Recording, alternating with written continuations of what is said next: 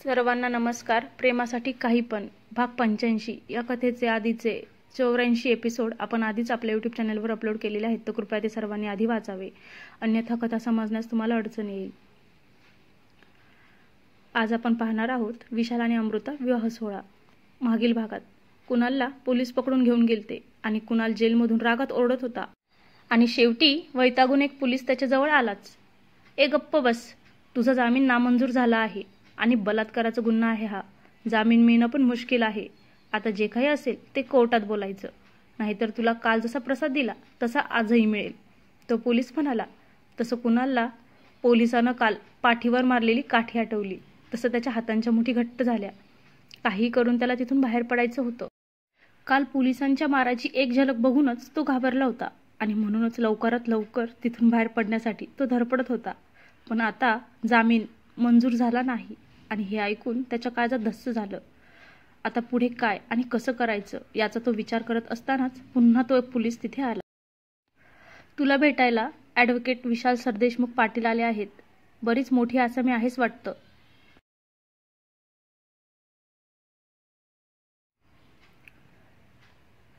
नीट बस आत जाऊन आणि वकील साहेब आले की व्यवस्थित बोल, पोलीस म्हणाला आणि निघून गेला.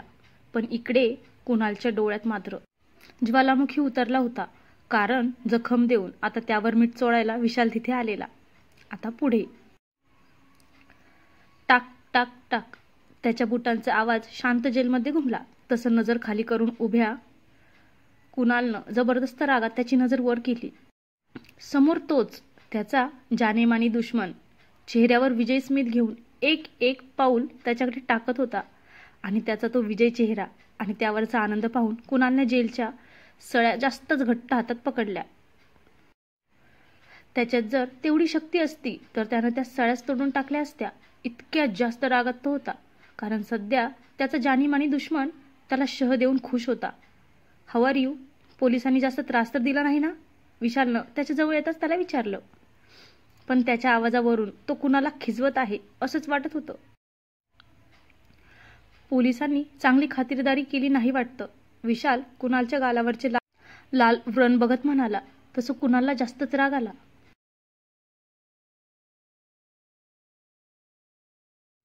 I was right. हे तूच केलं असणार, माहिती होतं मला. तसंही तुझ्यासारख्या चिरकुट वकिलाकडून आणखी काय अपेक्षा करणार ना? तू पाठीमागूनच वार करणार, कारण समोरून लढण्याची तुझी लायकी नाही. कुणाल रागात ओरडला. तसं विशाल गालात हसला. कूल डाऊन, यालाच म्हणतात चोराच्या उलट्या बोंबा. पाठीमागून खंजीर तू खुपसत होतास. अमृताच्या घरच्यांच्या खांद्यावर बंदूक ठेवून तू अमृतावर निशाणा साधत होतास. तुझ्यासारख्या माणसासोबत अशाच पद्धतीने लढावं लागतं. तसंही स्त्रियांवर हात उचलणारा नामर्द तू माझी काय लायकी काढणार? लायकी तर तुझी नाही या जगात माणूस म्हणून जगण्याची. विशाल सरळ आरपार त्याच्या डोळ्यात बघत म्हणाला. आणि कुणाल जास्तच चवताळा. पाठीमागून वार तू केला आहेस, तुला खूप महागात पडेल. कुणाल दात ओठ खात म्हणाला. आता सरळ सरळ पुढून सांगतो, तुला बेल मिळणार नाही, किमान या जन्मात तरी नक्कीच नाही. हा शब्द आहे माझा आणि मी वकील असलो तरी माझा शब्द मात्र काटेकोरपणे पाळतो. सो तू सवय करून घे इथल्या क्लायमेटची, इथल्या जेवणाची आणि इथल्या मच्छरांची सुद्धा. विशाल पुन्हा त्याला खिजवत म्हणाला. मग मी सुद्धा तुला चॅलेंज करतो. इथून मी कसंही सुटून जाईल, तू बघच. आणि हो, ज्या दिवशी इथून बाहेर पडेल ना, त्या दिवशी तुझ्या अमृताचा तुझ्या आयुष्यातला तो शेवटचा दिवस असेल. तिला मी अशा ठिकाणी घेऊन जाईल जिथे तू कधीच पोहोचणार नाही. कुणाल गूढ हसत म्हणाला. आणि त्यावेळी त्याच्या तोंडून अमृता हे नाव ऐकून विशाल मात्र रागावला. तू दिवसा स्वप्ने बघू नकोस. तू इथून कधीच सुटणार नाहीस. आणि जेव्हा सुटशील ना, तेव्हा विशाल बोलता बोलता थांबला आणि किंचित कुणालजवळ सरकला.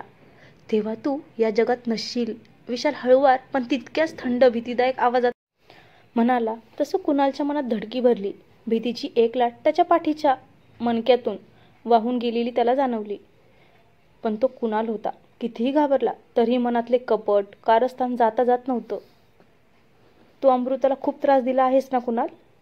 तिच्या चारित्र्यावर नको इतके आरोप केलेस. तिला मानसिक आणि शारीरिक प्रत्येक त्रास दिला. पण आता त्या सगळ्यांची परतफेड करण्याची वेळ आली आहे. या जेलमध्ये तुझ्याकडून इतकं काम करून घेईल की तुझ्या हाताच्या वेदना आठवड्याभर तरी कमी होणार नाहीत. आणि जेव्हा तुला कोर्टात पेश केलं जाईल तेव्हा मी तुझ्या चारित्र्यावर, तुझ्या आयुष्यावर इतके आरोप करेल की तू तुझ्या घरच्यांच्या नजरेतून उतरून जाशील. I promise you. आजपासून तुला अमृतावर केलेल्या प्रत्येक अन्यायाची आठवण क्षणोक्षणी येईल आणि तेव्हा तुझ्या डोळ्यात फक्त पश्चातापाचे अश्रू असतील. विशाल रागात म्हणाला.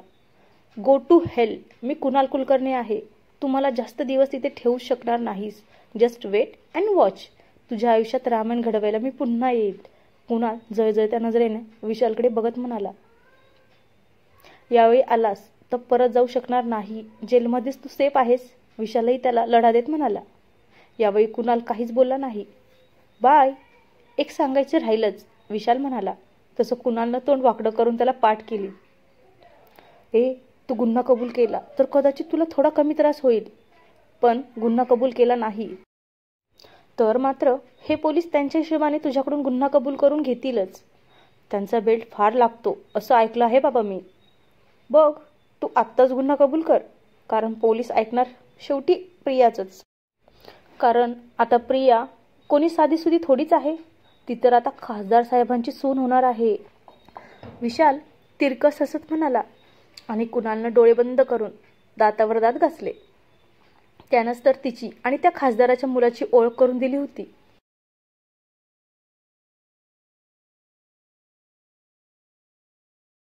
त्यानेच तर तिला एका राजकारणी परिवारात जाण्यासाठी मदत केली होती. पण आता ती आणि त्या घरातील व्यक्तीच त्याच्या विरोधात होत्या. कधी कधी आपण लावलेलंच रोपटं दुसऱ्यांना फुल देतात आणि आपल्यालाच काटे टोचतात. असंच काहीसं त्याच्या बाबतीत झालं. Okay bye. Take care. या जेलमध्ये खूप मोठे उंदीर आहेत असं मी ऐकलं आहे.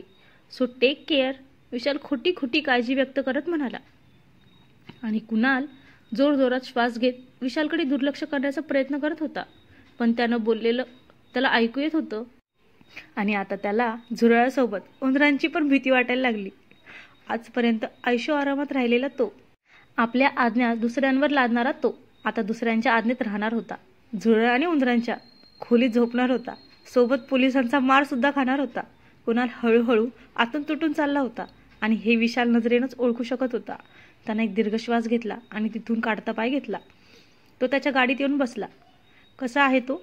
माझ्याबद्दल काही बोलला का? शेजारी बसलेल्या प्रियानं त्याला विचारलं. नाही, तुझ्याबद्दल काही नाही बोलला. विशालनं गाडी स्टार्ट केली. हुश. पण मला त्याची भीती वाटते. He is monster. प्रिया काळजीत म्हणाली. प्रिया, तुलाच पुढे जायचं होतं ना. आता आरामात तू एक बलात्कार पीडित, अन्यायाविरोधात लढणारी आणि हजारो महिलांचे प्रतिनिधित्व करणारी एक खंबीर महिला म्हणून राजकारणात प्रवेश करू शकतेस, विशाल म्हणाला. Thank you so much. तुमच्या प्लॅनमुळे एका दगडात दोन पक्षी मारले गेले. एक तर आता मी महिलांचं नेतृत्व करणारी आदर्श महिला म्हणून राजकारणात जाईल आणि दुसरं म्हणजे माझ्या घरच्यांना वाटतं की खरंच माझ्या बाबतीत ते झालं आहे. त्यामुळे माझ्या बाबांनी चक्क मला फोन केला होता आणि माफीसुद्धा मागत होते. कदाचित त्यांनी मला घरातून बाहेर काढलं म्हणूनच माझ्यासोबत हे सगळं झालं असं त्यांना वाटतं, प्रिया हसत म्हणाली. पण यावर विशालनं काही उत्तर दिलं नाही. सध्या त्याला तिची गरज होती म्हणून त्यानं तिचा वापर केला होता. पण ती स्वतःच्या ध्येयासाठी काही करायला मागे पुढे न पाहणारी एक जिद्दी मुलगी होती, जी समाजासाठी काही प्रमाणात चांगली सुद्धा नव्हती, कारण ती स्वतःच्या फॅमिली इमोशनवर सुद्धा हसत बसलेली. म्हणूनच आता त्याला तिच्याबद्दल सुद्धा विचार करणं भाग होतं. विशाल, तुम्ही माझ्याबद्दल एकदा मंत्री साहेबांशी बोलू शकता का? सध्या लोकांच्यात माझ्यासाठी सहानुभूती आहे. कितीतरी महिला संघटना मला भेटून गेल्या. मी आता महिला कार्य करण्यासाठी त्यांना जोडणार आहेच, पण जर मंत्री साहेबांनी लक्ष घातलं तर कदाचित मी राजकारणात आणखी पुढे जाईल, प्रिया म्हणाली. मी त्यांच्याशी अशा विषयावर बोलणार नाही, सो हा विचार करणं तू सोडून दे. जितकं मिळतंय तितकंच घे, विशाल कोरड्या आवाजात तिला म्हणाला. ओके, पण तो व्हिडिओ डिलीट झाला ना? हो, त्यानं एका शब्दात उत्तर दिलं. आता पुढे काय? प्रियानं विचारलं. आता कोर्टात केस उभी राहील. तुला बोलावलं जाईल तेव्हा मी सांगेल तसंच बोलायचं, विशाल म्हणाला. हो, पण विशाल, मला उत्तरे अशी द्या जेणेकरून लोकांना माझ्याबद्दल जास्त सहानुभूती आणि आदर, अभिमान सगळंच वाटेल. थोडक्यात कोर्टात जेव्हा केसची तारीख पडेल तेव्हा सगळीकडे माझीच चर्चा व्हायला हवी, तेही पॉझिटिव्ह. प्रिया स्वप्न रंगवत बोलली. विशालनं एक सुस्कोरा सोडत हुंकार भरला. विशाल, प्रियानं पुन्हा हाक मारली. त्यानं हुंकार भरला. एक सांगायचं होतं, प्रिया म्हणाली. बोल, त्याचं कोरडं उत्तर आलं. अहो, मी भलेही हट्टी आहे, राजकारणात येण्यासाठी मी काही करू शकते, पण तुमच्याबद्दल माझ्या मनात खरंच भावना होत्या, त्याही खऱ्या. तुम्हाला आयुष्यात कधीही माझी गरज लागली ना तर तुम्ही माझ्याकडे येऊ शकता, प्रिया भाऊक होत म्हणाली. आणि त्याच वेळी विशालचा फोन वाजला. हा अमृता, त्यानं फोन रिसीव्ह करताच सरळ नावानंच विचारलं. आणि प्रियाला आता तिच्या बोललेल्या वाक्याला जणू उत्तरच मिळालं. त्याला तिची गरज कधीच लागणार नव्हती, त्याच्यासाठी अमृता सर्व काही होती. हे जणू त्यानं फक्त तिचं नाव घेऊन सांगितलं होतं. आणि प्रियानं तोंड मुरडलं. या, आय एम कमिंग, त्यानं बोलून फोन ठेवला. आता दुसऱ्या दिवशी विशाल अमृता विवाह सोहळा. दुसऱ्या दिवशी सकाळी. मी छान दिसते ना, अमृतानं समोरच्या आरशात बघत विचारलं. अमृता राणी, तू रोजच सुंदरच दिसते, पण आज खरंच खूप जास्त सुंदर दिसत आहेस, कारण आज आमच्या वकील बाबूंच्या प्रेमाची लाली तुझ्या गालावर थोडी जास्तच रंगली आहे, मेघना आरशात अमृताकडे बघत म्हणाली. तसं अमृता जास्तच लाजली. अमृता, झालं का गं? पटकनावर, 10चा टाईम आहे, बाहेरून अंबिका देवीचा आवाज आला. तसं अमृता मनातच घाबरली. भीती, आनंद, एक्साइटमेंट यांनी आज तिच्या मनात आणि पोटात गर्दी केली होती, कारण आज कोर्टाच्या साक्षीनं ती त्याची होणार होती, कायमसाठी.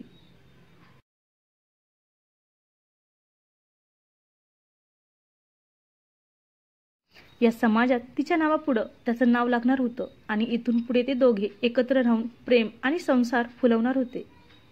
तिच्या तर पोटात आत्ताच कितीतरी फुलपाखरे उडत होती. मॅडम, चला, जास्त वेळ वकील साहेबांना वाट बघायला नका लावू, मेघना हसत हसत म्हणाली. तसं अमृता पदर खांद्यावर घेऊन उठली आणि एक एक पाऊल टाकत बाहेर आली.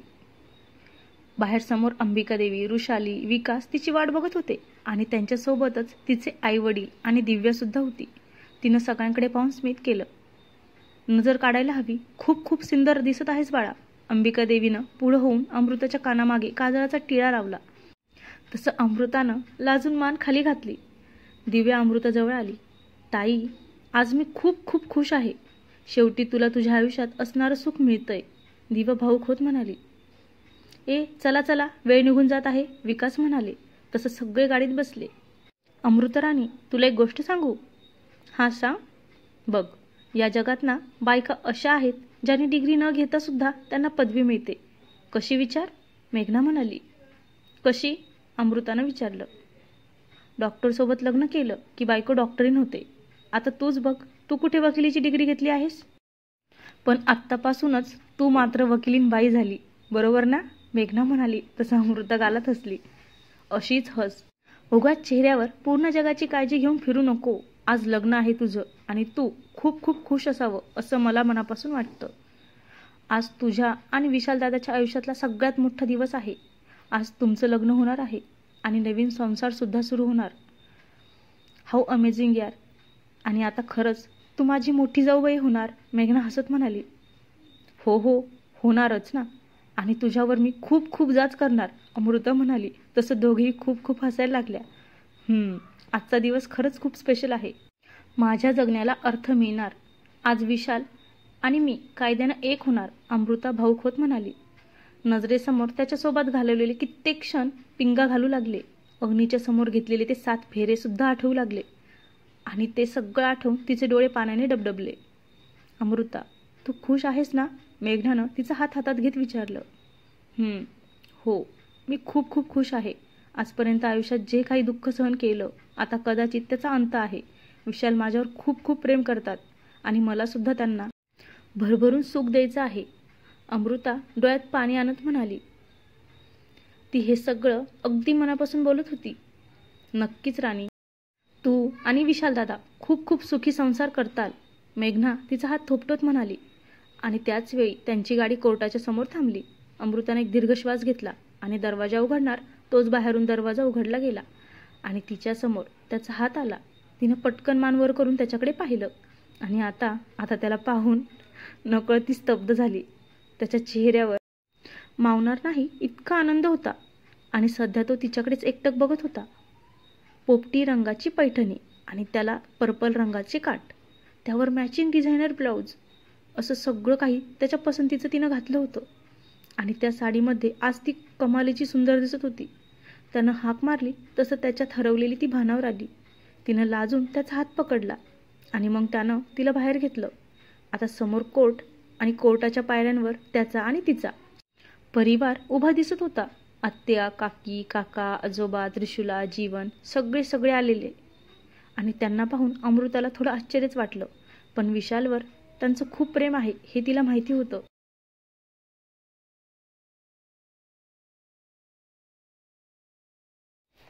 त्याच्यासाठीच ते लोक नाईलाजाने आले असणार हे तिला कळत होतं. अमृता, जायचं? विशालनं हळूच तिच्या कानात विचारलं. तसं तिनं खाली बघूनच होकारार्थी मान हलवली आणि आता दोघेही एकमेकांचा हात पकडून कोर्टाच्या दिशेने एक एक पायरी चढू लागले. दोघांच्या मनात मिश्र भावना उमटल्या होत्या. तिच्या छातीची धडधड वाढलेली.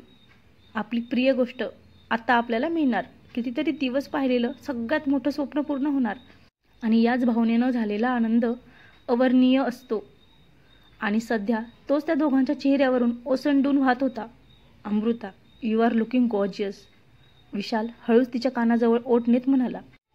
तसं त्याच्या गरम श्वासाने सुद्धा तिच्या अंगावर काटा आला. तिनं लाजून मान खाली घातली. त्याचं स्तुती करणं तिला तिच्या सौंदर्याचा पुरस्कार केल्यासारखं वाटत होतं. आपण फक्त त्याच्यासाठीच नटावं, त्याच्यासाठीच छान दिसावं असंच काहीसं तिला वाटत होतं.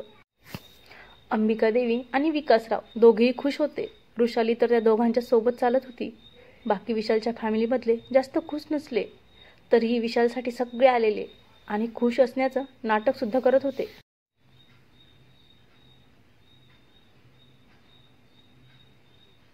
अमृता, आत्तापासून नवीन सुरुवात. तुला पुन्हा एकदा विचार करायचा असेल तर कर.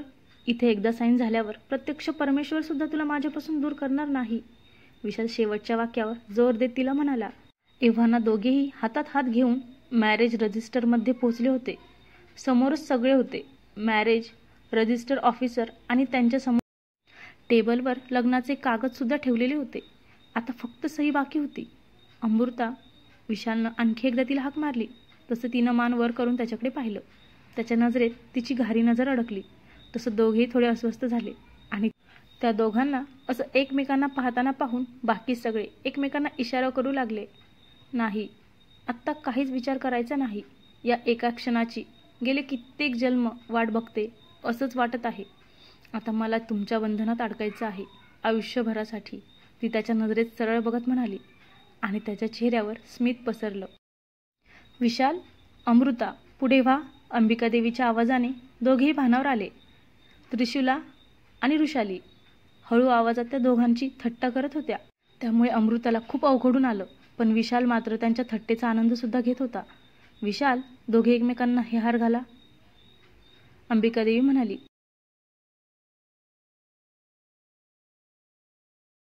आणि तिनं मेघना आणि वृषालीला इशारा केला. तसं दोघींनी त्या दोघांना हार दिले.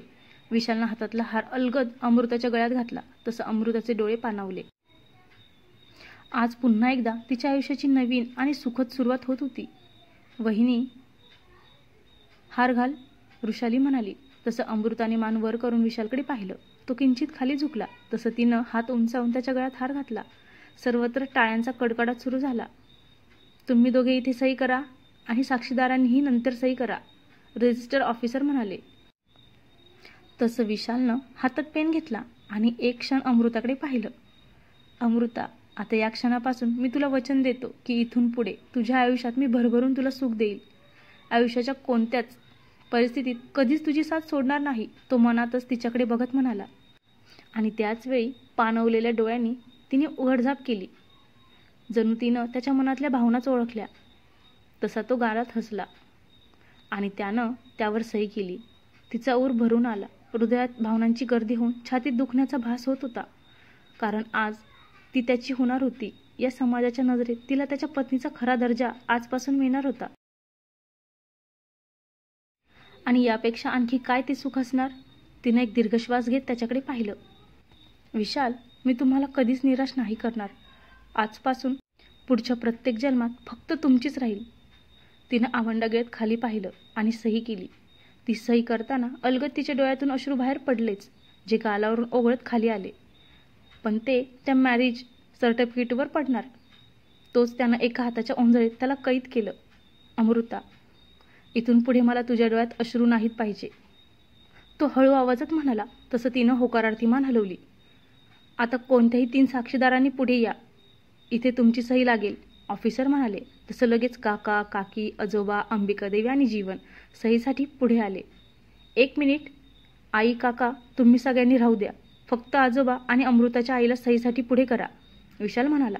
तसं तिथे असणारे सगळे थोडेसे गोंधळून गेले. अंबिकादेवीला मनातूनच खूप वाईट वाटलं. आपल्याच मुलानं त्याच्या लग्नात आपल्याला सहीसाठी नकार द्यावा, यासारखं दुःख आणखी काय असणार? ती अपमानित होऊन बाजूला झाली आणि शेजारी उभी असलेली आत्या मनातच खूप खुश झाली. काकी, काका सगळे मागे झाले.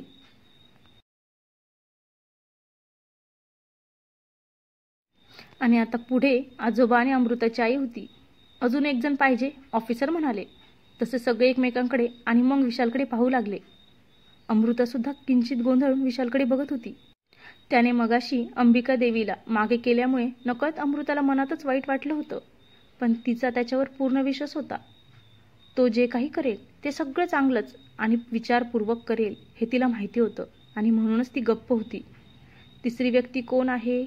आता आजोबांनी विशालला विचारलं. विशाल थोडासा अडखळला आणि त्याच वेळी त्यानं अंबिका देवीकडे पाहिलं. आई, तू करशील का सही? त्यानं विचारलं. आणि तिथे एकच शांतता पसरली. खाली मान घालून उदास असलेल्या अंबिका देवीनं अविश्वासानं मान वर करून विशालकडे पाहिलं. क्षणात तिचे डोळे पाणवले आणि अमृताच्या चेहऱ्यावर सुद्धा किंचित समाधानकारक स्मित पसरलं. बाकी सगळे तर धक्क्यात गेले होते. आज कित्येक महिन्यांनी त्याने त्याच्या तोंडून आपल्यासाठी असं काहीतरी कर म्हणून तिनं ऐकलं होतं. भूतकाळातील कितीतरी आठवणी तिच्या मनपटलावर पिंगा घालू लागल्या. तिनं कसंबसं स्वतःला सावरलं आणि त्यावर सही केली. अंबिका देवीची सही होताच आजोबा आणि अमृताच्या आईनं पण सही केली. आमच्या पोरीला नीट सांभाळून घ्या, काही चुकलं तर माफ करा, अमृताची आई हात जोडून विशालच्या आजोबांना म्हणाली. हे सगळं तुम्ही तिच्या सासूला बोललं तर बरं होईल. आता आमचं काय झालं गेलं, आजोबा हसत म्हणाले. तसं अमृताच्या आईनं अंबिका देवीकडे पाहिलं. पण ती काही बोलणार. तोच, अगं अमृता मला माझ्या मुलीसारखी आहे, तू तिची काही काळजी करू नको. भलेही ते दोघे माझ्यापासून दूर राहतात, पण माझी नजर कायम त्यांच्यावर असेल. मी त्या दोघांची पूर्ण काळजी घेईल, अंबिका देवी तिच्या बालपणीच्या मैत्रिणीला मिठी मारून मनापासून म्हणाली. आणि अमृताच्या आईनं मनातच समाधानाचा एक सुस्कारा सोडला. अमृता, विशालनं तिचा हात पकडला आणि बाहेर चलण्याचा इशारा केला. तसं ती साडी सावरत त्याच्यासोबत बाहेर आली. पण यावेळी आता तो आपला नवरा आहे तेही समाजमान्य ही गोष्ट राहून राहून तिला आतल्या आत गुदगुल्या करत होती. विशाल, काय झालं? बाहेर येताच तिनं विचारलं. अगं, तुला तुझ्या महादेवाचं दर्शन नाही का घ्यायचं? त्यानं विचारलं आणि ती खूप खूप खुश झाली.